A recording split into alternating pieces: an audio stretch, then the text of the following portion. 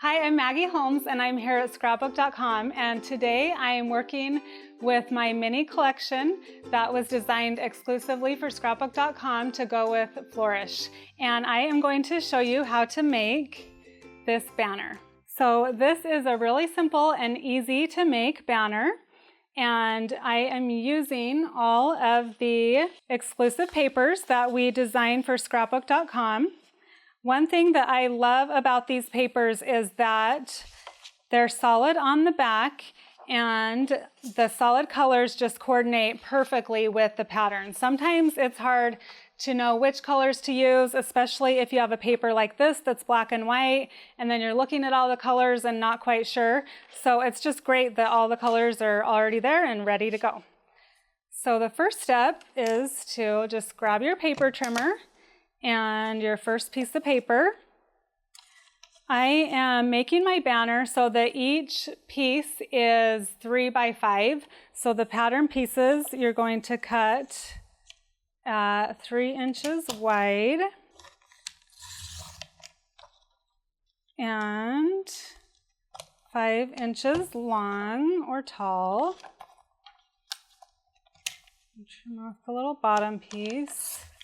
And really, you could make this any size you want. If you want the pieces to be bigger or wider or smaller, there's no specific rule. It's just pick a size and then that's what you'll do. So the first piece is going to look like this, 5 inches tall, 3 inches wide.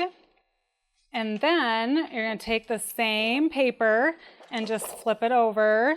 And you're going to cut a piece that is just a little bit larger than the piece we just cut. So I am doing 3 1/4 wide by 5 1/4 tall. And that is so you just have a nice little background that helps the pattern piece pop. And again, it's already coordinated and ready to go. So you just take that paper, you can cut as many as you want, and you could just keep going while you have that piece. I'm going to move on to another one. So I'm going to take this piece and do the same thing. 3 inches wide, 5 inches tall. And if you're trying to get the maximum out of a piece of paper, you may want to first kind of grid it out on a piece of paper and kind of line up how all the pieces will work. And that way you're not wasting any of your paper. For now, for the sake of time, I'm not taking it to that level, but you might want to do that.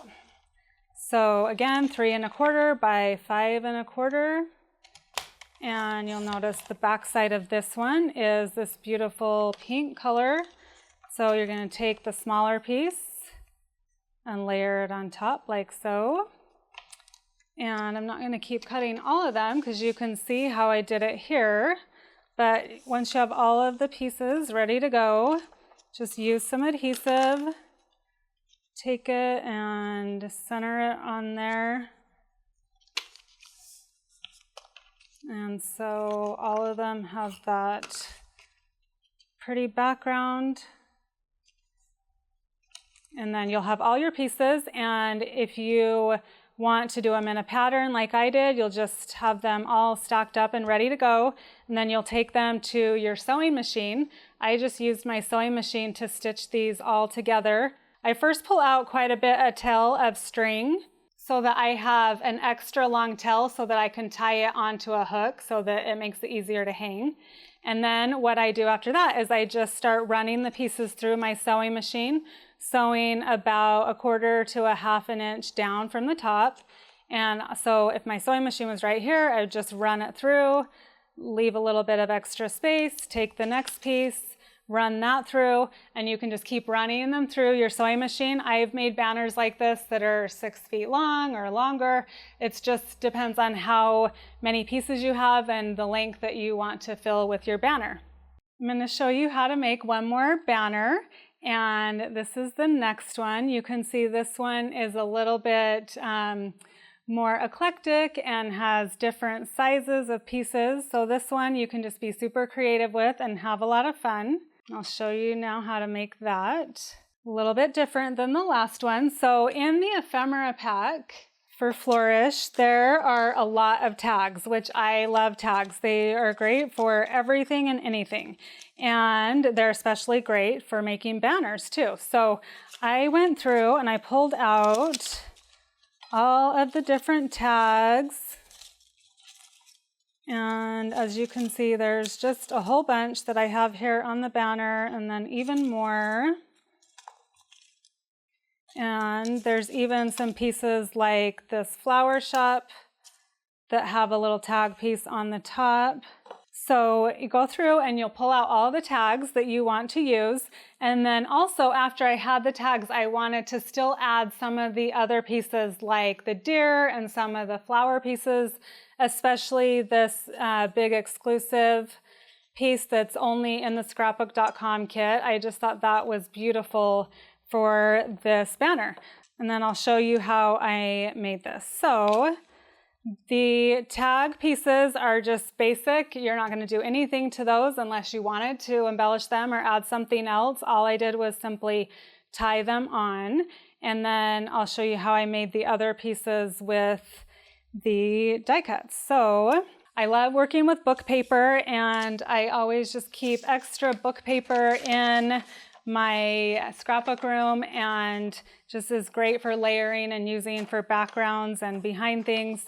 So I grab a piece like this, and then to make this one here, I'm just gonna push some of that stuff aside, take a piece of book paper, and with this one, it's not exact. You're just going to eyeball about how wide you would want the piece to be, and then fold your paper. Book paper tends to be more thin than cardstock. So if you wanted to use a piece of cardstock, you could and just cut it. But with the book paper, because it's thinner, I do like to fold it and instead of just cutting it, because it's so thin, it gets to be a little bit flimsy. So I'll just fold it over like that, but then take a little bit of adhesive to secure that down. And then also for the length of the piece, I will just eyeball that as well. Kind of chop it off where I need to. And then we'll just need to punch a hole at the top. So take this, punch a hole. And again, with the book paper, because it is more flimsy, you will definitely want to use a little reinforcer for the hole. And these are just basic. Put those on the front and back. And that's because when you tie it on with the book paper, because it's so thin, it'll easily just tie right through. If you're using cardstock that's a little bit heavier, then you might not need to do that. So really easy. Then just take that. That's your background. And put some adhesive on there and stick it on. And then you have your banner piece. So one thing I love about this is that it has that eclectic feel to it. They're all different. There's no rules. You can just be creative. So I made this piece, and that's going to go next. And I'll show you how to put it all together. So as you can see, I already have a bunch on here. And I'm using just basic baker's twine. You can use any color you want, or a thin little ribbon would work as well. And you're going to want to have a long enough piece that will be as long as you want your banner to be when it's all finished. So you can see here that I have quite a bit that I've cut in length. And then slide this over. All right, so just thread it through the hole that you made. So you're just going to pull that. I like a little bit of space here, so you'll kind of watch your spacing and make sure it's kind of even as you go. So the first little time, and then you do have to tie it a second time through just to secure the knot and make sure that it's tight on there. You could also just sew this one on your sewing machine like I showed you with the first banner. Okay, so that one is tied on, and then you would just continue on. Could put the house piece next and another tag. and just keep going along. So I'm kind of following a pattern here where I do 2 tags and then the piece with the vintage book paper and the die cut. So you could follow that pattern, or you could just do it with no rhyme, no reason. Thank you for joining me. I hope that you loved learning how to make both of these banners and that you enjoy the exclusive mini collection for Scrapbook.com. Bye. Thanks for watching. If you like this video and want to see more from Scrapbook.com, please like, share, subscribe, and leave a message. Happy crafting!